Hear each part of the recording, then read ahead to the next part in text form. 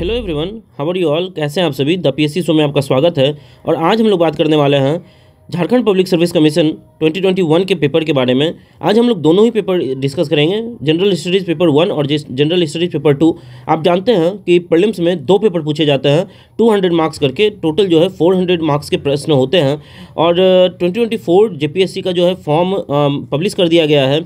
Form भरने की जो पूरी तारीख है वो पूरे फरवरी 2024 है और आप 29 फरवरी तक इसे फॉर्म फिलअप कर सकते हैं। तो जिन्होंने भी फॉर्म फिलअप नहीं किया है वो 1-2 दिन में या आप अपने मुताबिक फॉर्म को फिलअप करें। और उसके साथ ही फॉर्म फिलअप करने के बाद आप सभी जेपीएससी के जितने भी एग्ज़ाम्स हैं उसे आप एक बार ज़रूर लगा लें, क्योंकि एक सिलेबस के बाद एक PYQ ही है जो आपको एक मार्गदर्शन दे सकता है कि एग्ज़ाम में किस तरह के प्रश्न आ सकते हैं। PYQ आपको ये बताता है कि मैं इस तरह से आ रहा हूँ और इसी तरह से आता रहता हूँ और इसी तरह से आऊँगा। तो जितने भी संभावित प्रश्न हैं वो आप अनुमान लगा सकते हैं कि किस तरह से जो है प्रश्न आने वाले हैं 2024 के झारखंड पब्लिक सर्विस कमीशन के पेपर में। क्योंकि ये जो है फरवरी में नोटिफिकेशन निकल चुका है और लगभग जो है मार्च या अप्रैल में जो है एग्ज़ाम लेने की संभावनाएं हैं। मार्च 17 को इस पेपर को लेने की संभावनाएं जताई गई है और नोटिफिकेशन भी दिया गया है, बट संभावनाएं हैं कि डेट आगे बढ़ेगी। तो चलिए हम लोग देखते हैं जेपीएससी 2021 के इस पेपर को, जो कि 2021 को ये पेपर हुआ था। और ये जो आप देख सकते हैं बुकलेट नंबर यहाँ पर है, टोटल 200 मार्क्स के हैं। जनरल स्टडीज़ पेपर 1 है और 2 घंटे के ये पेपर होते हैं। तो चलिए हम लोग इसे देखते हैं और समझते हैं कि पेपर किस तरह से आते हैं और किस तरह से आने की संभावनाएं हैं, कितनी गहराइयों में किस तरह के सब्जेक्ट से किस तरह के प्रश्न पूछे जा रहे हैं। उन सभी प्रश्नों को हम लोग आज देखेंगे और उनके व्याख्यात्मक रूप से उसको हम लोग देखने का भी प्रयास करेंगे और उसमें हम लोग एक ट्रेंड देखेंगे कि किस तरह से प्रश्न जो है आ रहे हैं। तो चलिए हम लोग शुरुआत करते हैं। और आप देखिएगा यहाँ पर कि यहाँ पर जिस तरह से प्रश्न है कि दोनों ही लैंग्वेज में यहाँ पर दे रखे हैं प्रश्न। एक तरफ इंग्लिश दे रखे हैं और दूसरी तरफ जो है हिंदी दे रखा है। तो आप यहाँ पर मैं इंग्लिश पढ़ूंगा और उसे मैं हिंदी में ट्रांसलेट भी करूँगा। और यहाँ पर इंग्लिश जो एक शब्द होता है उस चीज़ों को लेकर हम लोग इसे चलेंगे। तो चलिए हम लोग देखते हैं और जो शुरुआत करेंगे हम लोग पहले प्रश्नों से। पहला जो प्रश्न है आप यहाँ पर देखिए, यहाँ पर दे रखा है लेटराइट सॉइल के बारे में। तो देखिए जब भी आप ज्योग्राफी पढ़ रहे हैं तो सॉइल के प्रकार को अच्छे से पढ़ें और उसे डीप में भी पढ़ें, क्योंकि यहाँ पर डीप से ही पूछते हुए ये सवाल पूछ रखा है। यहाँ पर देखिए पहला जो है कि यहाँ पर पूछ रखा है कि कौन सा स्टेटमेंट जो है करेक्ट है। ठीक है, तो यहाँ पर देखिए पहला जो पूछ रखा है कि लेटराइट सॉइल जो है develop in a area with high temperature and heavy rainfall.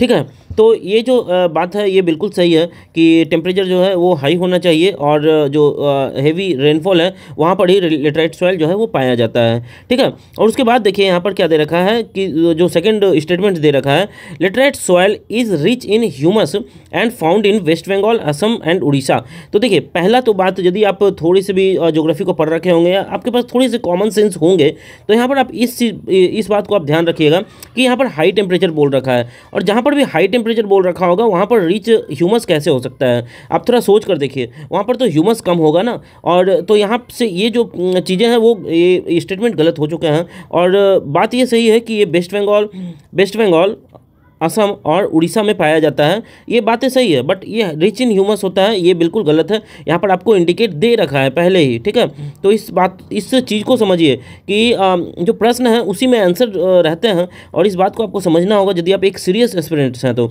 चलिए देखते हैं। तो इस तरह से इसका जो करेक्ट आंसर हो जाएगा वो हो जाएगा ओनली 1 इज़ ट्रू। ओके, चलिए बढ़ते हैं आगे अगले प्रश्न की तरफ।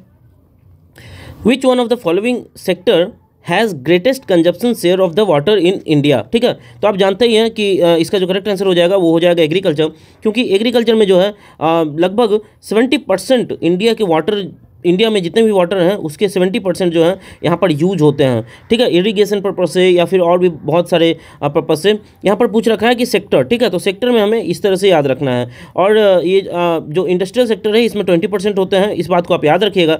डोमेस्टिक सेक्टर जो जितने भी हैं, मान लीजिए कि आप जितने भी घरेलू क्षेत्र में जो वाटर यूज़ होते हैं, कंजप्शंस होते हैं, वो सिर्फ 10% होते हैं जितने भी वाटर हैं इंडिया के। इसलिए इसे मतलब ज़्यादा यदि आप किसी इंटरव्यू में आप बता रहे हैं कि ये डोमेस्टिक सेक्टर में हमें कंजप्शन को रोकना पड़ेगा, तो आप थोड़ा सा मतलब कि एक इम्प्रूव्ड टेक्नोलॉजी लाइए एग्रीकल्चर सेक्टर में, जिससे कि 70% जो वाटर यूज़ हो रहा है इसे कम किया जा सके। चलिए देखते हैं अगले प्रश्न की तरफ। अगला प्रश्न बोल रहा है which of the following Indian state has recorded negative population growth according to 2011 Indian population census. ठीक है, तो 2011 के पॉपुलेशन सेंसस के अकॉर्डिंग किसमें जो है नेगेटिव ग्रोथ हो रखा है। तो इसका जो करेक्ट आंसर हो जाएगा वो हो जाएगा नागालैंड। ठीक है, नागालैंड जो है वो -0.58% का जो है डिक्लाइन दिखाया था, 0.58 का डिक्लाइन दिखाया था, यानी कि -0.58 का यहाँ पर जो है नेगेटिव पॉपुलेशन ग्रोथ हुआ था। तो यहाँ पर इससे आप याद रख सकते हैं, आपको जो है यहाँ पर 2011 इंडियन पॉपुलेशन सेंसस के बारे में अच्छे से पढ़ना पड़ेगा। देखिए यहाँ पर डीप में थोड़ा पूछ रखा है, थोड़ा हटकर पूछ रखा है। ठीक है, चलिए बढ़ते हैं आगे, और आगे जो है चौथे प्रश्न को देखते हैं कि फिर से 2011 इंडियन पॉपुलेशन सेंसस के बारे में पूछ रखा है कि which following state has the largest number of towns in India. ठीक है, तो इसका जो करेक्ट आंसर हो जाएगा वो हो जाएगा उत्तर प्रदेश। ठीक है, उत्तर प्रदेश में जो है 65 टाउन्स या सिटी हैं, तो इसे आप याद रखिएगा। महाराष्ट्र में जो है 43 सिटीज़ हैं या टाउन्स हैं, और मध्य प्रदेश में 34 सिटीज़ हैं, और गुजरात में जो है वो 31 सिटीज़ हैं। तो इसमें यदि कम बोल देता तो आपका गुजरात हो जाता, बट यहाँ पर बोल रखा है कि सबसे ज़्यादा maximum largest number of town is in Uttar Pradesh is the correct answer. ठीक है, चलिए बढ़ते हैं अगले प्रश्न की तरफ, और अगला प्रश्न जो यहाँ पर पूछ रखा है कि विच of the following is not, यहाँ पर पूछ रखा है नॉट। इसको आप ध्यान रखिएगा, इसी में अक्सर बच्चे जो हैं स्टूडेंट्स जो हैं वो गलती करते हैं। यहाँ पर नॉट करेक्टली मैच्ड दे रखा है। देखिए आर्टिकल 22 सब क्लॉज 1 के बारे में दे रखा है, आर्टिकल 22 सब क्लॉज 1 के बारे में फिर से दे रखा है, आर्टिकल 22 सब क्लॉज 4 के बारे में दे रखा है, और फिर आर्टिकल 22 सब क्लॉज 2 के बारे में दे रखा है।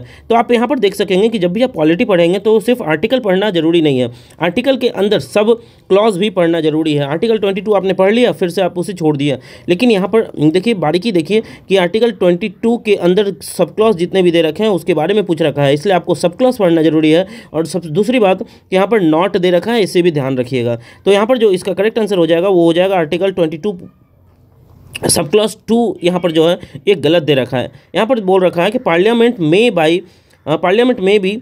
By law prescribe the circumstances under which a person may be detained for a period longer than 3 months। ठीक है, तो ये जो है ये स्टेटमेंट गलत है, और यहाँ पर जो है आपको इस प्रश्न से यही एक उम्मीद है कि आप जो है आर्टिकल के अंदर थोड़ी सी गहराइयों से पढ़ें, तभी आप इस तरह के प्रश्न कर पाएंगे। यहाँ पर देखिए फिर से दे रखा है आर्टिकल्स के बारे में कि representation of Anglo Indian community के बारे में, जो लेजिस्लेटिव असेंबली ऑफ स्टेट है उसमें कौन से आर्टिकल हैं जो कि इससे रिलेट कर रहे हैं। तो इसका जो करेक्ट आंसर हो जाएगा वो हो जाएगा आपका आर्टिकल 333। ठीक है, आर्टिकल 333। ठीक है, चलिए बढ़ते हैं अगले प्रश्न की तरफ। Who said judicial activism should not become judicial adventurism. ठीक है, तो ये जो है करेक्ट आंसर इसका हो जाएगा ऑप्शन सी, जस्टिस AS आनंद ने कहा था ये judicial activism should not become judicial adventurism. ठीक है, तो इस तरह के सेंटेंस को जब आप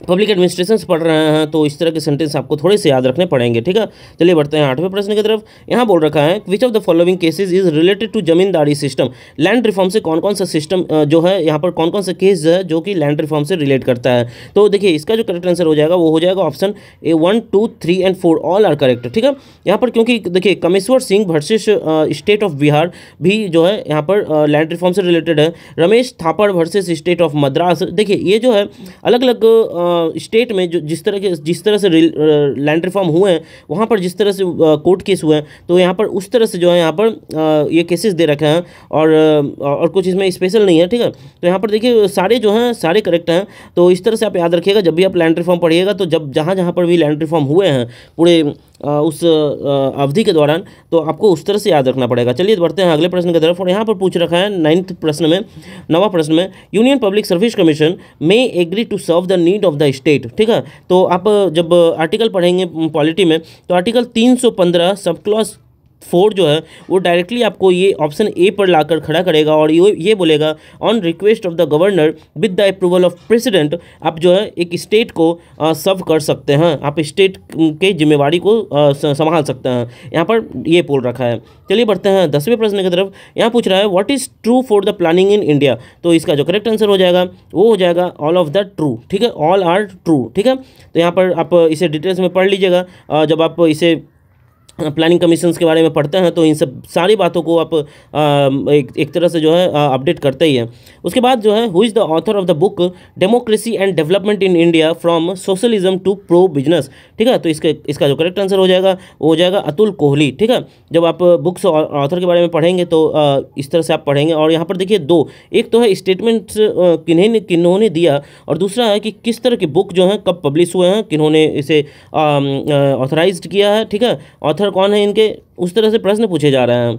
उसके बाद देखिए विच one of is not true for the good governance. तो जब आप गवर्नेंस के बारे में पढ़ेंगे, ठीक है, तो आप इन सब चीज़ों को पढ़ेंगे। या फिर यदि आप थोड़ा सा मतलब कि सोचेंगे तो यहाँ पर देखिए आप यहाँ पर रिलीजियोसिटी नहीं होना चाहिए और इमोशनलिटी नहीं होना चाहिए, ठीक है। कि आप रिलीजन वगैरह ज़्यादा कर रहे हैं और इमोशनल जो है आप ज़्यादा हो जा रहे हैं, तो इससे आप गुड गवर्नेंस नहीं ला सकते हैं। उसके अलावा देखिए गुड गवर्नेंस यदि आप ला सकते हैं तो पार्टिसिपेशन से ला सकते हैं, रूल ऑफ लॉ से ला सकते हैं, ट्रांसपेरेंसी से ला सकते हैं, रिस्पॉन्सिवनेस से ला सकते हैं, इक्विटी से ला सकते हैं और इंक्लूसिवनेस से ला सकते हैं। इंक्लूसिवनेस मीन्स कि सब मिलकर साथ कर रहे हैं काम, और इसमें बाद के जो लोग हैं उनके लिए भी हम लोग जो है कुछ छोड़ रहे हैं, इसको बोल रहे हैं इंक्लूसिवनेस, ठीक है। चलिए बढ़ते हैं अगले प्रश्न की तरफ। यहाँ बोल रखा है a person shall not be disqualified for being chosen as a member of the municipality. तो जो सबसे कम उम्र होती है वो 21 ईयर होती है, ठीक है। तो इसे आप याद रखिएगा, म्यूनिसिपैलिटी में मेंबर बनने के लिए 21 ईयर जो है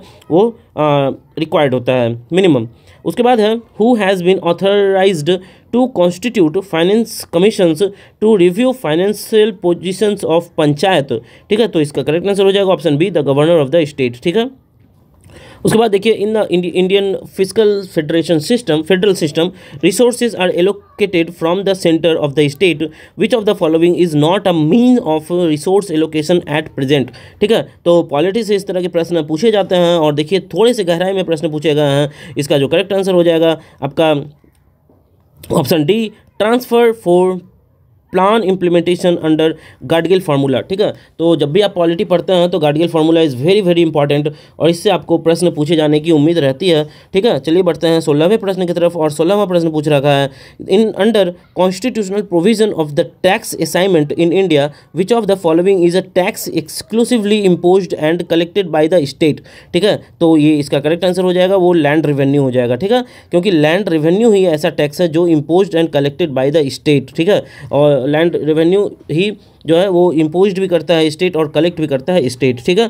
चलिए बढ़ते हैं अगले प्रश्न की तरफ और 17वां प्रश्न यहाँ पर दे रखा है इन India's union budget fiscal deficit means. देखिए यहाँ पर टर्म के बारे में पूछ रखा है कि इसका डिफिनेशन क्या है। तो जब भी आप यूनियन बजट या इकोनॉमिक सर्वे पढ़ते हैं तो वहाँ पर टर्म के बारे में एक डिफिनेशन आप रेडी रखिए और एक पेज में आप ऐसा कीजिए कि हर टर्म के बारे में आप थोड़े थोड़े जो है 2-4 लाइनें अच्छे तरीके से लिख लीजिए ताकि आप उसे अच्छे तरीके से याद रख सकें। देखिए पढ़ना अलग बात होता है और उसे रिफ्लेक्ट करना एग्जाम में बहुत ही अलग बात होता है, इसलिए फिस्कल डिफिसिट का जो है यहाँ पर डिफिनेशन आपको याद रहना चाहिए और ये होता है option D is the correct answer. यहाँ पर है the difference between total revenue and total expenditure of the government, ठीक है। जो डिफरेंस होता है एक खर्च करने में और जो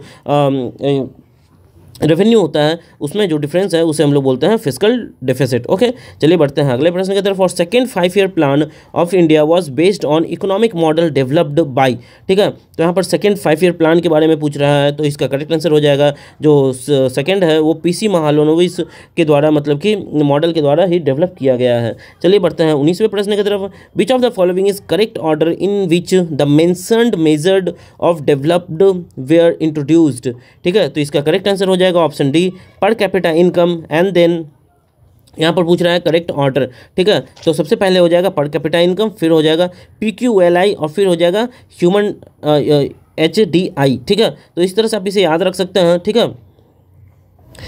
ह्यूमन डेवलपमेंट इंडेक्स यहाँ पर HDI का फुल फॉर्म होगा, ठीक है। आप लोग कमेंट में जरूर बताएं कि PQLI का फुल फॉर्म क्या है और यहाँ पर किस तरह से ये जो है इस तरह से ऑर्डर कर रखा है। चलिए बढ़ते हैं अगले प्रश्न की तरफ और 20वें प्रश्न को हम लोग देखेंगे।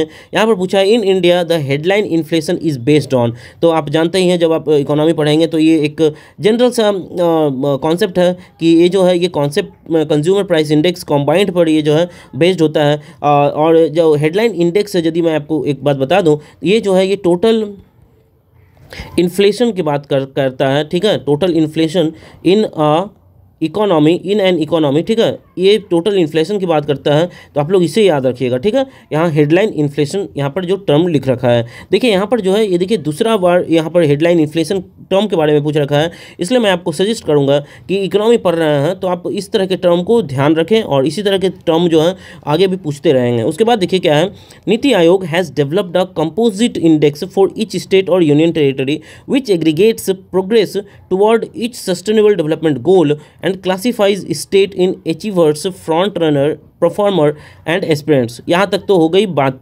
बोलने की बात, ठीक है। चलिए इसके आगे बढ़ते हैं। On the basis of this composition index which of the following state is not a front runner, ठीक है। तो इसका जो करेक्ट आंसर हो जाएगा वो हो जाएगा गुजरात। गुजरात इज कॉल्ड मतलब यहाँ पर फ्रंट रनर के रूप में नहीं था, ठीक है, नीति आयोग के इस दिशा निर्देश के द्वारा। यहाँ पर अगला देखते हैं, under government of India's national air quality monitoring programme NAMP covering 312 cities or town in 29 states or 6 union territory of the country, which of the following combination has been identified for regular monitoring at all the location, ठीक है। तो आप जानते ही हैं कि new Delhi वगैरह या फिर जहाँ पर भी आप रहते हैं इस तरह के इशूज़ आते रहते हैं पोल्यूशन से रिलेटेड। यहाँ पर जो है करेक्ट आंसर हो जाएगा वो हो जाएगा ऑप्शन ए। यहाँ पर आप याद रखिएगा सल्फर डाइऑक्साइड, नाइट्रोजन डाइऑक्साइड, उसके बाद PM10 एंड PM2.5, ठीक है, पार्टिकुलेट मैटर्स 10 और पार्टिकुलेट मैटर जो है 2.5, जिसको एक बोलते हैं सस्पेंडेड और दूसरा बोलते हैं फाइन, ठीक है। तो जब भी आप इन्वायरमेंट पढ़ रहे हैं हमारे इस चैनल पर एक सीरीज़ दे रखा है इन्वायरमेंट का, जब आप उस वीडियो को देखेंगे पूरे के पूरे तो आप यहाँ पर जो है PM10 और PM2.5 के बारे में विस्तारित रूप से आप अध्ययन कर पाएंगे। चलिए देखते हैं अगले प्रश्न की तरफ। Which one of the following body is not associated to Bretton wood institutions. तो देखिए इंटरनेशनल बॉडीज़ दे रखे थे सिलेबस में, वहाँ से ये प्रश्न पूछा जा रहा है और इसका जो करेक्ट आंसर हो जाएगा वो हो जाएगा आपका यूनाइटेड नेशन, क्योंकि ब्रेटन वुड इंस्टीट्यूशंस में IMF है, ठीक है, वर्ल्ड बैंक है और WTO है, ये 3 संस्थाएं हैं और यहाँ पर जो यूनाइटेड नेशन है ये वहाँ पर ब्रेटन वुड इंस्टीट्यूशंस में नहीं है, ठीक है। चलिए बढ़ते हैं आगे। इफ़ द रुपीज़ पर US dollar exchange rate changes from 60 to 65, ठीक है, यदि US डॉलर का जो एक्सचेंज रेट है वो 60 से 65 हो जाता है in a time period by the market forces, it implies, क्या कहलाता है ये, इसको कहते हैं डिवोल्यूशंस ऑफ रुपीज़। देखिए इकोनॉमी में आपको इन सब चीज़ों का ही जो है मतलब समझना है कि डेप्रिसिएशन मतलब क्या होता है, डिवोल्यूशन क्या मतलब क्या होता है और एप्रिसिएशन का क्या मतलब होता है, ठीक है। तो इन सब टर्म्स को आपको जो है इकोनॉमी में पढ़ना और ज़रूरी है, क्योंकि जब आप इस चीज़ को पढ़ेंगे तभी इस तरह के प्रश्न को आप कर सकते हैं। ये एक वन लाइनर प्रश्न नहीं है, इसमें थोड़ा सा जो है आपको थोड़ी सी दिमाग लगाने की ज़रूरत है, ठीक है। चलिए बढ़ते हैं 25वां प्रश्न की तरफ। Chromosomal theory of inheritance was given by, तो इसका जो करेक्ट आंसर हो जाएगा वो हो जाएगा सटन एंड बोवरी। यहाँ पर देखिए जब JPSC ने रिवाइज्ड आंसर की दे रखा था तो उन्होंने बहुत सारे प्रश्न जो हैं 2-4 प्रश्न जो है उन्होंने गलत दे रखे हैं। तो यहाँ पर थोड़ी सी जो है एक लेक्यूना है JPSC में कि वो इस तरह से मतलब कि कर रहा है, जबकि बड़े बड़े अधिकारी बैठे रहते हैं, फिर भी प्रश्नों को गलत करना एक दुर्भाग्यपूर्ण है पूरे झारखंड वासियों के लिए और पूरे देश वासियों के लिए भी जो एग्जाम इसे दे रहे हैं। उसके बाद देखिए Higgs boson are also known as, ठीक है, तो ये गॉड्स पार्टिकल्स हैं। जब आप साइंस पढ़ रहे हैं जनरल साइंस तो यहाँ पर आप इसे पढ़ेंगे। चलिए बढ़ते हैं अगले प्रश्न की तरफ। Light emitting diode work on the principle of, ठीक है, ये लाइट इमिटिंग डायोड जो LED है, आप जानते ही हैं कि अभी LED बल्ब वगैरह बहुत यूज़ हो रहे हैं घरों में और बहुत सारे जगहों में, तो ये जो है इलेक्ट्रोल्यूमिनेसेंस के कॉन्सेप्ट पर बेसिस है, इसे आप याद रखिएगा, ठीक है। चलिए बढ़ते हैं अगले प्रश्न की तरफ। Which one is not a example, यहाँ पर देखिए उन्होंने खुद से अंडरलाइन कर दिया है ताकि एस्पिरेंट्स को प्रॉब्लम ना हो। Which one is not an example of electromagnetic wave, तो इसके जो एग्जांपल्स हैं देखिए गामा रेज हैं, एक्स रेज हैं, अल्ट्रावायलेट रेज हैं और भी बहुत सारी रेज हैं, उसको मैं आपको यहाँ पर बता देता हूँ क्योंकि जब आप इसे पढ़ रहे हैं। तो उसके बाद देखिए यहाँ पर रेडियो वेव्स हैं, ठीक है, रेडियो वेव्स हैं, उसके बाद माइक्रोवेव्स हैं, उसके बाद इंफ्रारेड्स हैं, उसके बाद विजिबल लाइट्स हैं। तो ये जो है पूरे के पूरे यहाँ पर इलेक्ट्रोमैग्नेटिक वेव्स हैं के एग्जांपल हैं। तो यहाँ पर जो करेक्ट आंसर हो जाएगा वो हो जाएगा option A, supersonic waves is not an electromagnetic wave. Okay, चलिए बढ़ते हैं अगले प्रश्न की तरफ। The speed of light in air depend on, तो ये देखिए टेम्परेचर पर डिपेंड नहीं करता है, प्रेशर पर भी डिपेंड नहीं करता है, डेंसिटी पर भी डिपेंड नहीं करता है, इसलिए correct answer is option D, it is independent of pressure, temperature and density. Okay, चलिए बढ़ते हैं अगले प्रश्न की तरफ। Which is not an insect, यहाँ पर कौन सा इंसेक्ट नहीं है यहाँ पर पूछ रखा है। तो mosquito is also an insect, house fly भी एक इंसेक्ट है, बेड बग भी एक इंसेक्ट है, but spider is not an insect. तो इसका करेक्ट आंसर हो जाएगा ऑप्शन बी। ठीक है, ये जो है एक इरैक्निंडा है। ठीक है, एक ये इरैक्निंडा है जो कि ऑर्थोपोडा ग्रुप के अंदर आता है। तो इसे आप याद रखिएगा कि spider is not an insect. Okay, चलिए बढ़ते हैं अगले प्रश्न की तरफ। और the basic unit of quantum information is called qubit. ठीक है, ये आप याद रखिएगा क्योंकि ये बहुत फेमस एक न्यूज़ भी आया था, बहुत दिनों से इस तरह के जो टेक्नोलॉजी है ये यूज हो रहे हैं। उसके बाद क्लाउड कंप्यूटिंग, ये दूसरा देखिए एक टेक्नोलॉजी है जो बहुत दिनों से चर्चाओं में है। तो इस तरह की टेक्नोलॉजी जब भी आते हैं तो इसके बारे में आपको बारीकियों से थोड़ा सा पढ़ना जरूरी है। और मैं आपको बुक लिस्ट भी बताऊँगा कि इस तरह के जो प्रश्न हैं वो आप किस तरह के बुक लिस्ट से पढ़कर जो है इस तरह के प्रश्न को आप कर सकते हैं। उसके बाद देखिए क्लाउड कंप्यूटिंग सर्विस के बारे में यहाँ पर दे रखा है, और यहाँ पर दे रखा है कि नॉट इंक्लूडेड। ठीक है, तो यहाँ पर देखिए इंफ्रास्ट्रक्चर एज ए सर्विस है, प्लेटफॉर्म एज ए सर्विस है, सॉफ्टवेयर एज ए सर्विस है, बट यहाँ पर देखिए allotment of electromagnetic spectrum is not a service. ठीक है, यहाँ पर इस क्लाउड कंप्यूटिंग में जो है ये जो है आप इंक्लूड नहीं है। तो यहाँ पर आप देख सकते हैं इस तरह के प्रश्न पूछे जा रहे हैं साइंस एंड टेक से।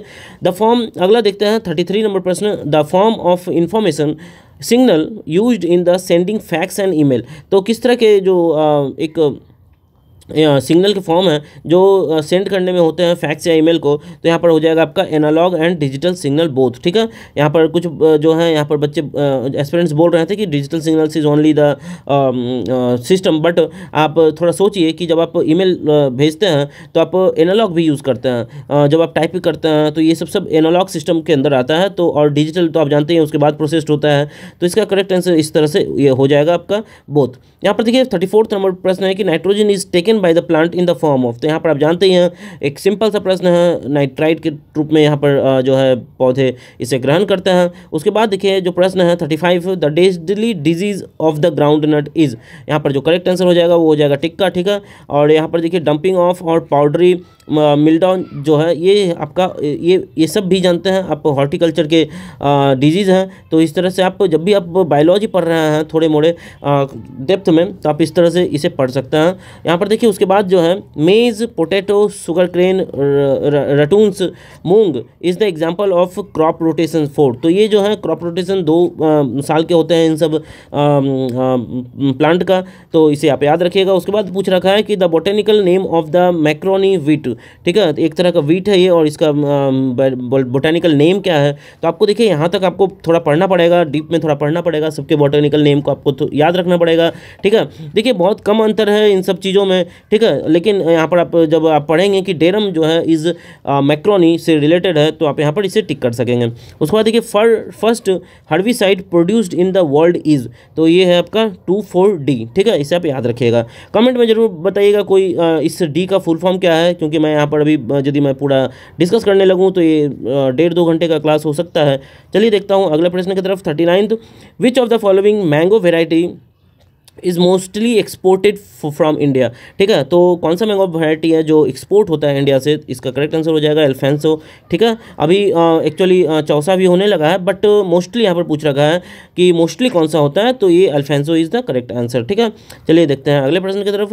इन the time of Mughals the region of Jharkhand was known as. Mughal के समय में झारखंड के रीजन को क्या कहते थे, तो यहाँ पर करेक्ट आंसर हो जाएगा ये कुकड़ा कहा जाता था। ठीक है, तो इस तरह झारखंड के भी 10 प्रश्न जो आ रहे हैं इन सब से झारखंड के 10 प्रश्न कंप्लीट करवाए जा रहे हैं यहाँ पर। उसके बाद देखिए the British entered into Jharkhand from the first time from the side of. तो आप जानते ही हैं कि ये ईस्ट सिंहभूम से उन्होंने जो है वेस्ट सिंहभूम से इन्होंने इंटर किया था। यहाँ पर सिंहभूम दे रखा है, फिर भी हम इसे टिक करेंगे क्योंकि यही सही आंसर है। उसके बाद देखिए दे रखा है who was the leader of Bhumij revolt.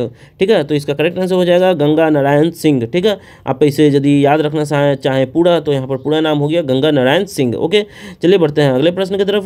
The habitat of dash tribe is known as Tanda. ठीक है।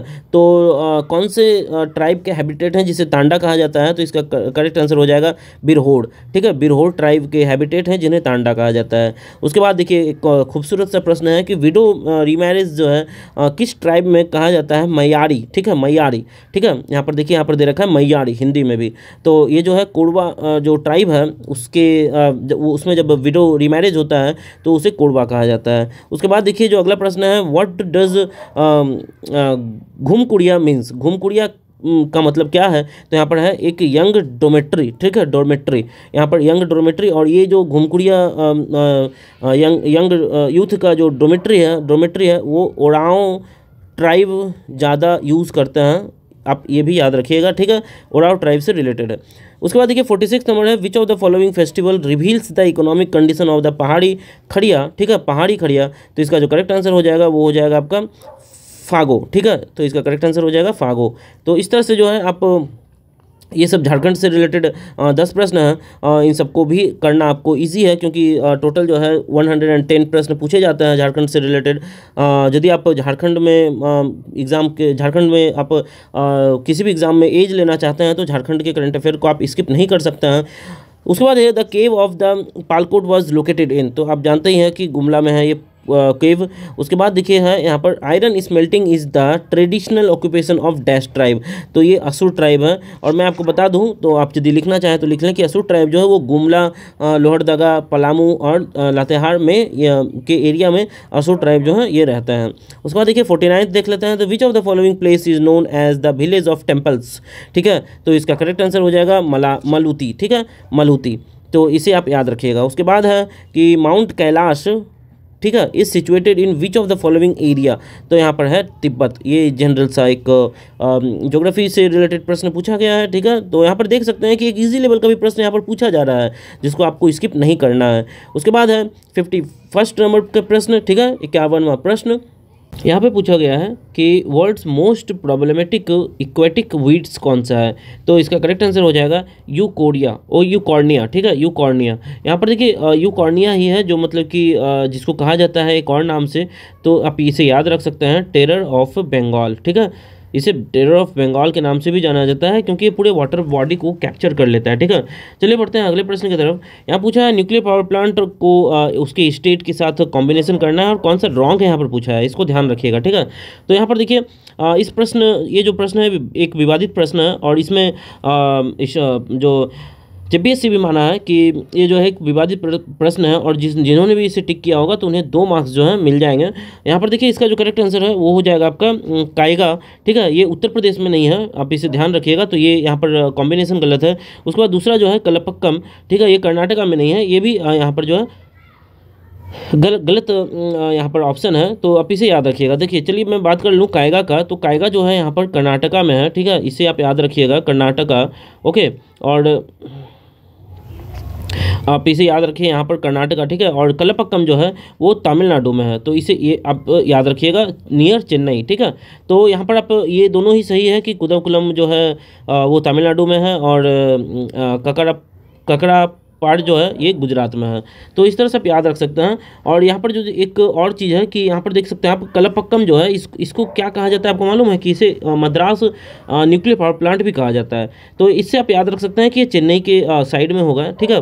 उसके बाद चलिए देख लेते हैं, तो tax on sale of inherited property उसे क्या कहा जाता है, तो यहाँ पर कहा जाता है उसे कैपिटल गेन टैक्स, उस टैक्स को कैपिटल गेन टैक्स कहा जाता है, ठीक है। 54 का देखते हैं, विच one of the following classical dance is in its present form has influence of Mughal tradition, ठीक है। तो यहाँ पर हो जाएगा Kathak is the correct answer, ठीक है। मुगल ट्रेडिशन को जो इन्फ्लुएंस किया वो कथक ही था डांस, ठीक है, ट्रांसफॉर्म।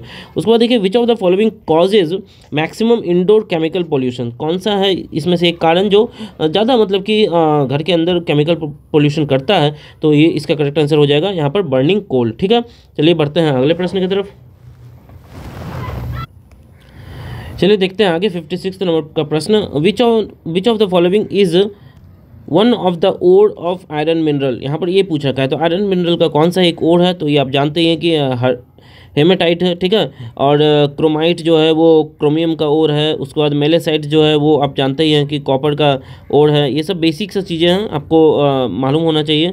उसके बाद बॉक्साइट्स जो है वो आप जानते ही हैं कि एल्युमिनियम का ओर है, ठीक है। तो इस तरह से आपको याद होना चाहिए। चलिए बढ़ते हैं 57वें नंबर प्रश्न, which of the following is not a features of urban life, ठीक है। ये आप IQ से सॉल्व कर सकते हैं कि एक इनफॉर्मल टाइज जो होते हैं वो अब फीचर्स जो हैं वो नहीं रहे हैं, ठीक है, अर्बन टाइम में। क्योंकि देखिए कंपटीशन है एक फीचर अर्बन लाइफ में, कंपटीशन है एक अर्बन लाइफ में, इम्पर्सनल रिलेशनशिप भी है और लॉस ऑफ ह्यूमैनिटीस्टिक वैल्यूज़ भी है। मानवता जो है वो कम होती जा रही है अर्बन लाइफ में। तो ये सब जो है फीचर्स हैं और नॉट पूछा है यहाँ पर, तो आप कर सकते हैं। उसके बाद जो है before 1947 26 January was called as, तो यहाँ पर पूर्ण स्वराज डे के नाम से इसे कहा जाता था 26 जनवरी को, ठीक है। उसके बाद चलिए बढ़ते हैं अगले प्रश्न की तरफ। तो 59वां है, who amongst the following is considered as the father of Indian space programme. तो ये आप सभी जानते हैं कि विक्रम साराभाई जो थे वो कहलाते हैं इंडियन स्पेस प्रोग्राम के फादर। उसके बाद विच of the following is the second largest tribe in India, दूसरा लार्जेस्ट ट्राइब कौन सा है। तो यहाँ पर जो है गोंड जो है वो सेकेंड लार्जेस्ट ट्राइब है, भील जो है वो है फर्स्ट लार्जेस्ट ट्राइब, इसे आप याद रखिएगा, ठीक है। चलिए देखते हैं अगले प्रश्न की तरफ और बढ़ते हैं अगले प्रश्न की तरफ। Who amongst the following was awarded Rajiv Gandhi Khel Ratna award for 2019 in wrestling, ठीक है। तो यहाँ पर इसका जो करेक्ट आंसर हो जाएगा वो हो जाएगा बजरंग पुनिया, क्योंकि बजरंग पुनिया आप जानते ही हैं कि बहुत दिनों से ये प्रदर्शन भी कर रहे हैं एक थीम से रिलेटेड कि महिलाओं का अपमान हो रहा है खेल में। और यहाँ पर जो है राजीव गांधी खेल रत्न अवार्ड जो है 2019 में दिया हुआ था।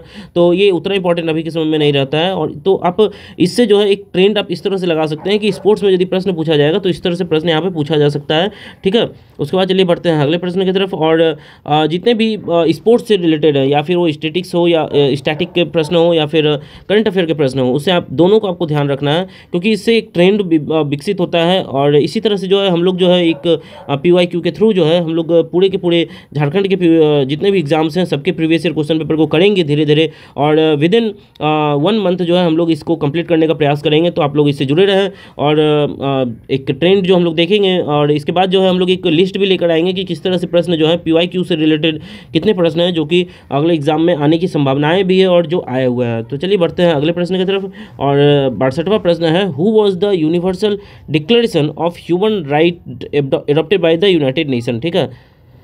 तो when was the universal declaration, कब ये डिक्लेयर हुआ था कि यूनाइटेड नेशन द्वारा जो है ह्यूमन राइट एडॉप्ट किया गया है। तो इसका करेक्ट आंसर हो जाएगा, ये हो जाएगा 10 दिसंबर 1948, ठीक है। तो जब आप ये इंटरनेशनल इंस्टीट्यूशंस के बारे में पढ़ते हैं तो आप इस तरह के प्रश्न जो हैं आप सॉल्व कर सकते हैं। उसके बाद देखिए British prime minister Winston Churchill received Nobel prize, किस चीज़ के लिए नोबेल प्राइज़ इन्होंने लिया था। तो यहाँ पर लिटरेचर के लिए इन्होंने लिया था। कमेंट में आप बता सकते हैं कि कौन से ईयर में इनको मिला था नोबेल प्राइज़। उसके बाद है among the following state which has the highest forest density in India, ठीक है। तो इसका जो करेक्ट आंसर हो जाएगा वो हो जाएगा मिजोरम। मिजोरम में सबसे ज़्यादा फॉरेस्ट डेंसिटी है और इसको आप याद रखना चाहिए। जब भी आप फॉरेस्ट रिपोर्ट पढ़ते हैं जो हर 2 साल में जब आता है ये, तो आपको ये याद रखनी चाहिए। चलिए बढ़ते हैं अगले प्रश्न की तरफ। और यहाँ पर है 65वां नंबर प्रश्न कि रोड ऑफ फेरी, ये करंट अफेयर का प्रश्न है, started by prime minister in of India connect which of the 2 places. तो आप इसे याद रखिएगा, option A is the correct, Ghogha and दहेज, ठीक है। इन 2 प्लेसेस के बीच में जो है यहाँ पर शुरू किया गया था ये फेरी। उसके बाद है which of the following is the post disaster measure. आप जानते हैं कि डिजास्टर मैनेजमेंट से भी प्रश्न पूछे जाते हैं। और तो इसका जो करेक्ट आंसर हो जाएगा वो हो जाएगा रिकंस्ट्रक्शंस, ठीक है, फिर से बनाना। क्योंकि देखिए अर्ली वार्निंग तो है, प्री डिजास्टर मेजर, जोनिंग भी है प्री डिजास्टर मेजर, और प्लानिंग एंड पॉलिसीज़ भी जो है वो हम लोग करते हैं डिजास्टर में से पहले। चलिए बढ़ते हैं 67वें नंबर प्रश्न की तरफ। और वो है यहाँ पर on which day the design of national flag of India was adopted. तो इसका करेक्ट आंसर हो जाएगा वो हो जाएगा जुलाई 22, 1947, ठीक है। इसे आप याद रखिएगा। और इस तरह से जो है प्रश्न पूछे गए थे यूपीएससी में भी कि जो रेक्टेंगल का साइज़ है वो कितने हैं, जो फ्लैग का जो साइज़ है वो कितना है, एग्जैक्ट साइज़ पूछा गया था। तो आप थोड़ा सा इन सब चीज़ों में ध्यान रखिए। उसके बाद है who is the current chairman of national human right commission. तो करंट यानी कि 2019 में पूछा गया होगा या 2020 का पूछा गया होगा यहाँ पर। तो इनमें से तो अभी फ़िलहाल कोई नहीं है, बट यहाँ पर जो अभी के समय में हम अभी आप याद रखिए, इसका जो आंसर है वो जानना ज़रूरी नहीं है, लेकिन अभी इनके चेयरमैन कौन है, तो 8th चेयरमैन अभी बने हैं और वो हैं जस्टिस अरुण कुमार मिश्रा। ठीक है, तो आप इस तरह से आप इसे अभी याद रख सकते हैं, यानी कि फरवरी 2024 में जो है अभी 8वां चेयरमैन बने हैं जस्टिस अरुण कुमार मिश्रा। ये अभी हैं नेशनल ह्यूमन राइट कमीशन के चेयरमैन। ठीक है, तो आप इतना याद रखिएगा। ठीक है, और उसके बाद है कि when was the national disaster management authority formed. ये कब फॉर्म हुआ था, तो ये एक सिंपल सा प्रश्न है, 2005 में जो है ये फॉर्म हुआ था। उसके बाद देखिए 17वां प्रश्न की तरफ चलते हैं। तो when was the air transport started in India. ठीक है, तो एयर ट्रांसपोर्ट कब स्टार्ट हुआ था, तो ये 1911 में हुआ था। और आप इसको लिख लीजिए कि यदि डेट पूछा जाए तो यहाँ पर हो जाएगा 18 फरवरी। ठीक है, 18 फेब में 1911 में ये स्टार्ट हुआ था। और यदि आपसे प्लेस पूछ लिया जाए तो इसे भी आप याद रखिएगा कि ये इलाहाबाद उस समय में, मतलब कि ये लिखा जाता है प्रयागराज टू नैनी। ठीक है, ये लगभग 9.7 किलोमीटर का ये रूट था जहाँ पर ये एयर ट्रांसपोर्ट जो सर्विसेज हैं वो शुरू हुई थी। ठीक है, चलिए बढ़ते हैं अगले प्रश्न की तरफ। और यहाँ पर है 71वां प्रश्न, where does Toda tribe mainly lives. ठीक है, तो टोडा ट्राइब्स कहाँ पर रहते हैं वो मैंने आपको कई बार बताया है कि कौन सी ट्राइब कहाँ पर हैं और वो किस एरिया में फैले हुए हैं। तो इसका जो करेक्ट आंसर हो जाएगा वो हो जाएगा तमिलनाडु। ठीक है, आप इसे याद रख सकते हैं। उसके बाद पूछा है कि what is the minimum land area recommended for forest cover to maintain proper ecological balance in India. ठीक है, तो इसका जो करेक्ट आंसर हो जाएगा वो हो जाएगा 33%। मिनिमम 33% लैंड एरिया जो है रिकमेंड किया गया है। ठीक है, जब आप फॉरेस्ट रिपोर्ट पढ़ते हैं तो इस तरह से जो है आप इसे पढ़ते हैं। उसके बाद है which states has the highest potential for the development of solar energy. ठीक है, तो यहाँ पर करेक्ट आंसर हो जाएगा आपका राजस्थान। आप जानते ही हैं कि यहाँ पर क्यों लगाना चाहिए सोलर एनर्जी ज़्यादा। विच of the following atomic power plant has largest installed capacity. ठीक है, तो इसका करेक्ट आंसर हो जाएगा तारापुर। और आप इसके यदि कैपेसिटी को याद रख सकें तो 1080 मेगावाट की कैपेसिटी है इसकी। ठीक है, आप इसे याद रखिएगा। चलिए बढ़ते हैं अगले प्रश्न की तरफ। और अगला प्रश्न जो है 75वां प्रश्न है कि which is the largest tribe in India. तो आप जानते ही हैं, मैंने बता चुका है आपको कि wheel is the largest tribe of India. ठीक है, इन इंडिया। ठीक है, उसके बाद है आपके पास 76 नंबर प्रश्न की which state has the maximum road density.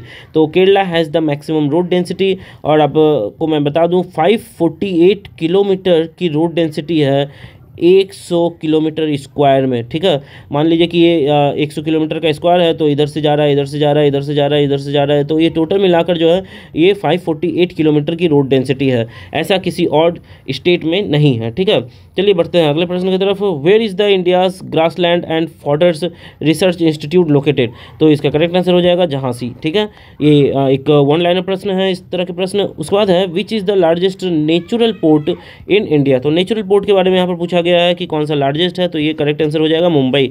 ठीक है, चलिए बढ़ते हैं अगले प्रश्न की तरफ। और 79वां नंबर प्रश्न है which Indian language is spoken maximum in the world after Hindi. तो आपको मालूम होना चाहिए कि ये बंगाली है जो कि सबसे ज़्यादा बोला जाता है हिंदी के बाद। चलिए बढ़ते हैं अगले प्रश्न की तरफ। और यहाँ पर अगले प्रश्न है कि Ashokan inscriptions in north western part of the modern empire near Peshawar were in. किस स्क्रिप्ट में लिखा गया था ये अशोका जो इंस्क्रिप्शंस है, तो यहाँ पर स्क्रिप्ट कौन सा है, तो ये खरोष्टी स्क्रिप्ट में लिखा गया था। ये आप जब एंशियंट और या मेडिवल हिस्ट्री पढ़ते हैं तो यहाँ पर आप इन सब चीज़ों को पढ़ सकते हैं। चलिए बढ़ते हैं अगले प्रश्न की तरफ। चारवाका फिलोसॉफिकल जो सिस्टम है उसको और क्या कहा जाता है, तो यहाँ पर कहा जाता है उसको लोकायता। ठीक है, लोकायता सिस्टम। ठीक है, इसको आप याद रखिएगा। या फिर इसको कहा जाता है एक और नाम से कि फिलोसफी ऑफ मासेज। ठीक है, इसे भी आप याद रखिएगा। चलिए बढ़ते हैं अगले प्रश्न की तरफ। और arrange the following in the chronological order में पूछा गया है। तो यहाँ पर जो इसका करेक्ट आंसर हो जाएगा वो हो जाएगा यहाँ पर पहले जो है सातवाहना है। ठीक है, और उसके बाद वाकाटका है, फिर चालुक्य है। तो ABC का जो है यहाँ पर यदि आपको एज मालूम है तो आप एज के थ्रू जो है यहाँ पर इसे क्रोनोलॉजिकल ऑर्डर में अरेंज कर सकते हैं। उसके बाद है 83 नंबर प्रश्न की the foremost Indo Roman trading station in eastern India. Eastern India में इंडो रोमन ट्रेडिंग स्टेशन कहाँ पर है? तो ये था आपका तामलुक में। ठीक है, आप याद रखिएगा, कमेंट में बताइएगा कि तामलुक कौन से एरिया में अभी आता है। ठीक है, उसके बाद है the historical work Gaudavaho like Kalhana के राजतरंगिणी में लिखा गया है, तो ये कौन सा है? तो इसका जो करेक्ट आंसर हो जाएगा वो हो जाएगा बगपति। ठीक है, इसका करेक्ट आंसर हो जाएगा बगपति। और इस तरह से आप मतलब हिस्ट्री में देख रहे हैं कि ये 5-5 प्रश्न जो पूछे जा रहे हैं, 5-5 प्रश्नों का पूछने का सिलसिला, ये मतलब एक अच्छा तरीका का प्रश्न पूछे गए हैं। उसके बाद देखिए the collection of the writing of सेवाइसेंट in the consider as the fifth Vedas which what is the name of the above collections. ठीक है, तो कलेक्शंस का नाम पूछ रहा है, तो इसका करेक्ट आंसर हो जाएगा यहाँ पर तिरुमुराई। ठीक है, तिरुमुराई कलेक्शन इसका नाम है। उसके बाद चलिए बढ़ते हैं अगले प्रश्न की तरफ। Which among the following kingdoms was founded by the two brothers Harihara and Bukka. तो ये आप यदि आपने थोड़ा बड़ा भी पढ़ा होगा तो आप जानते हैं कि kingdom of Vijayanagar is the correct answer इसका। ठीक है, चलिए बढ़ते हैं अगले प्रश्न की तरफ। और कुव्वतुल इस्लाम मॉस्क एंड अढ़ाई दिन का जो झोपड़ा है वो कहाँ पर सिचुएटेड है? यहाँ पर एक सिंपल सा प्रश्न पूछा गया है जो हर स्टूडेंट पढ़ता है, यदि आपने हिस्ट्री को थोड़ा मोड़ा भी पढ़ा होगा तो ये दिल्ली और अजमेर में पड़ता है। ठीक है, चलिए बढ़ते हैं अगले प्रश्न की तरफ। और यहाँ पर है 88 नंबर प्रश्न की गवर्नमेंट ऑफ मेडिएवल पीरियड, ठीक है, was a composite structure, it was the fusion of. ठीक है, तो यहाँ पर फ्यूजन जो था मतलब कि किनसे सबको मिले हुए थे, तो यहाँ पर देखिए पर्शो और अरेबियन थे, तुर्को मंगोल थे और इंडियन एलिमेंट थे, सब मिलकर यहाँ पर मतलब कि एक कंपोजिट स्ट्रक्चर बनाए हुए थे गवर्नमेंट का। उसके बाद जो है 89वां प्रश्न, who was the founder of विशिष्ट द्वैत सिद्धांत। ठीक है, तो इसका जो करेक्ट आंसर हो जाएगा वो हो जाएगा रामानुजाचार्य। ठीक है, आपने थोड़ा मोड़ा भी हिस्ट्री पढ़ा होगा तो आप इसे पढ़ेंगे ज़रूर। और यदि मैं यहाँ पर जिस भी बुक को पढ़ाता हूँ तो यहाँ पर मैं इन सब चीज़ों को यहाँ पर डिस्कस करता ही हूँ, क्योंकि ये हर बुक में लगभग दिए रहते हैं। उसके बाद देखिए 90वें प्रश्न के तरफ चलते हैं, तो यहाँ पर है permanent settlement and ryotwari system of the land revenue introduced respectively इन। ठीक है, तो आपको मालूम ही है कि दूसरा प्रश्न है ये लैंड रेवेन्यू से रिलेटेड। यहाँ पर है आपका क्या, बंगाल एंड मद्रास। ठीक है, बंगाल में हुआ था permanent settlement and ryotwari system in Madras. ठीक है, चलिए बढ़ते हैं अगले प्रश्न की तरफ। यहाँ पर है arrange the following event of history of modern India in chronological order. ठीक है, तो आपको यदि जब भी आप मॉडर्न हिस्ट्री पढ़ रहे हैं तो क्रोनोलॉजिकल ऑर्डर के प्रश्न आएंगे ही आएंगे, इस बात को आप ध्यान में रखिए। और इसीलिए जो है आपको डेट्स जो हैं थोड़े से याद रखने जरूरी हैं। आपको एक संभावित जो तिथि है वो आपको याद रखना है। तो जैसे देखिए यहाँ पर स्वदेशी मूवमेंट जो है उसके वो जो है वो 1905 में हुआ था। उसके बाद लखनऊ पैक्ट जो है उसकी जो तिथि है वो 1916 है। मॉडलेमेंटो जो रिफॉर्म हुआ था वो हुआ था 1919 का मॉडलेमेंटो रिफॉर्म, हर लोग पढ़ते हैं। उसके बाद formation of all India Muslim जो है वो 1906 में हुआ था। तो यदि आप यहाँ से एक लगा सकें तो क्या हो जाएगा, इसका ऑर्डर एक हो जाएगा क्या, तो सबसे कम जो है वो हो जाएगा ए, फिर हो जाएगा डी, फिर हो जाएगा सी और फिर हो जाएगा बी। ठीक है, तो यहाँ पर देखिए एक भी ऑप्शन में यहाँ पर मैच नहीं है, इसलिए इसका जो ये जो प्रश्न है वो आयोग के द्वारा गलत करवाया गया है और यहाँ पर आप लोग सभी को 2 नंबर मिलने वाले हैं। ठीक है, चलिए बढ़ते हैं अगले प्रश्न की तरफ। Who have appointed first Indian education commission. देखिए एक बात बता दूं कि इसके पहले वाले जो प्रश्न थे इसमें क्या था कि यदि आपको इस तरह के प्रश्न में थोड़ा सा भी डाउट हो रहा है कि नहीं हो रहा है तो आप किसी एक को टिक लेकिन जरूर करें। यदि आपने टिक नहीं किया है तो आपको जो 2 मार्क्स का सप्लीमेंट मार्क्स मिलने वाला है आपको वो नहीं मिल सकता है, इसलिए आप किसी एक को भी टिक करें इसमें, लेकिन करें। ठीक है, और चलिए बढ़ते हैं अगले प्रश्न की तरफ। और इसमें हम लोग देख रहे थे कि who have appointed first Indian education commission and in which year. ठीक है, तो यहाँ पर हो जाएगा लॉर्ड लिटन यहाँ पर अपॉइंट हुए थे 1880 में। ठीक है, चलिए बढ़ते हैं 93 प्रश्न की तरफ। और यहाँ पर पूछा गया है विच among the following introduced the provincial autonomy in British India. ठीक है, तो इसका करेक्ट आंसर हो जाएगा वो हो जाएगा option A, government of India act 1935। क्योंकि देखिए यहाँ पर जेपीएससी ने जो एक रिवाइज्ड आंसर की दिया था उन्होंने दिया था ऑप्शन बी, बट कहीं से भी जो है इसका ऑप्शन बी जो है करेक्ट आंसर नहीं है, इसलिए थोड़ा सा जो है जेपीएससी इन सब चीज़ों में थोड़ा सा ढिलाई बरत रहा है, जिसको कि मतलब सुधारने की ज़रूरत है और जिसे इम्प्रूव करने की ज़रूरत है। 94 देखिए who have introduce the printing press in India and in which year, ये पूछ रहा गया था। पुर्तगीज़ ने पहले शुरू किया था। ठीक है, और यहाँ पर जो है 1550 में उन्होंने शुरू किया था, तो इसे आप ध्यान रखिएगा। और 95 नंबर प्रश्न देख लेते हैं, तो यहाँ पर पूछा है which of the following state in India do not share border with Bhutan. तो आप ज्योग्राफी में इन सब बेसिक चीज़ों को जरूर याद रखें। तो इसका करेक्ट आंसर हो जाएगा, वो हो जाएगा बिहार। अरुणाचल प्रदेश से भी है, असम से भी है, सिक्किम से भी है, और एक से है, आप उसे याद रखिएगा, वेस्ट बंगाल से भी है भूटान का बॉर्डर। तो इन सब चीज़ों को आप याद रखिएगा, और ये सब बेसिक चीज़ें हैं जिसे आप पढ़ना जरूरी है। उसके बाद देखिए पूछ रखा है कि in which of the following part of India atolls are commonly found in. ठीक है, तो यहाँ पर करेक्ट आंसर हो जाएगा आपका लक्षद्वीप। देखिए लक्षद्वीप में टोटल जो है 12 अटॉल्स हैं, ये आप याद रखिएगा। ठीक है, और 36 जो है वो आइलैंड हैं। तो इन सब चीज़ों को आप याद रखिएगा, हर एक स्टेट, यूनियन टेरिटरी या फिर कोई भी एक आइलैंड होता है तो उसके बारे में। ठीक है, उसके बाद देखिए 97 नंबर जो प्रश्न है उसे देख लेते हैं। तो इंडियन सैटेलाइट सीरीज है INSAT is an example of. तो ये मेट्रोलॉजिकल जो सैटेलाइट है उसका एग्जाम्पल है। ठीक है, चलिए बढ़ते हैं अगले प्रश्न की तरफ। Which of the following characteristics feature of appropriate of for the Narmada river. ठीक है, यहाँ रिवर से रिलेटेड प्रश्न पूछे गए हैं, तो इसका जो एक करेक्ट आंसर हो जाएगा वो हो जाएगा स्ट्रक्चरल ओरिजिन है नर्मदा रिवर का। ठीक है, ना तो ग्लेशियल का ओरिजिन है, आप इसे कैंसिल कर सकते हैं, वॉल्केनिक ओरिजिन तो है नहीं, और विंड ओरिजिन तो बिल्कुल भी नहीं है। तो आप यहाँ पर तीनों को यदि गलत कर सकते हैं तो यहाँ पर स्ट्रक्चरल ओरिजिन यहाँ पर है। ठीक है, एक स्ट्रक्चर के थ्रू ही, मतलब कि सहारे ही वो एक फॉर्म हुआ है, यहाँ पर ये बताने की कोशिश है। उसके बाद देखिए विच of the following coastal region in India receives rainfall from north eastern monsoon. तो यहाँ पर हो जाएगा कोरोमंडल। ठीक है, कोरोमंडल कोस्ट, अब जानते हैं कि चेन्नई तरफ वेस्टर्न घाट की जो कोस्ट होते हैं उसे कोरोमंडल कोस्ट कहा जाता है। ठीक है, चलिए बढ़ते हैं अगले प्रश्न की तरफ, और यहाँ पर है which of the following statement is true. यहाँ पर ट्रू पूछा है रिगार्डिंग अर्थ मूवमेंट। ठीक है, तो यहाँ पर आप देखिए कि यहाँ पर बोल रखा है कि earth rotates on its axis from west to east, ये तो सही है, but resulting into the seasonal change, ये गलत है यहाँ पर, इसलिए ये गलत है। और यहाँ पर पूछ रखा है कि earth revolutions around sun result into the occurrence of day and night on the earth, ये भी बिल्कुल गलत है। तो यहाँ पर देखिए डे एंड नाइट होता है आपका यहाँ पर अर्थ के रोटेशन के वजह से, और जो सीजनल चेंज होता है वो होता है अर्थ के रिवॉल्यूशन की वजह से, इसलिए दोनों ही आंसर गलत है। और इसका जो करेक्ट आंसर हो जाएगा ऑप्शन डी हो जाएगा, बोथ आर फॉल्स। ठीक है, तो इस तरह से देखिए यहाँ पर प्रश्नों को घुमाया जाता है, किस तरह से प्रश्न घुमाए जाते हैं, आपको ये सब चीज़ें थोड़ी सी बारीकी परखनी होगी। और यहाँ पर जो बगल में हिंदी का भी जो पैटर्न दे रखा है, तो जो भी छात्राएँ जो हैं वो हिंदी के हैं, तो आप यहाँ पर थोड़े से मतलब कि सामंजस्य बैठाइए, और यहाँ पर मतलब कि इंग्लिश के सहारे जो है आप हिंदी को भी सॉल्व करने का प्रयास कीजिए।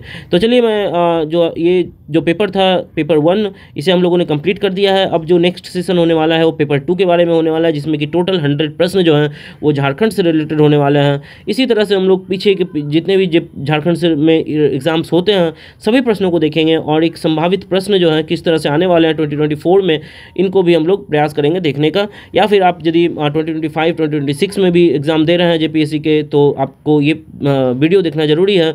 और स्टे ट्यून्ड रहिए नेक्स्ट वीडियो के लिए। धन्यवाद दोस्तों, मिलते हैं नेक्स्ट वीडियो में।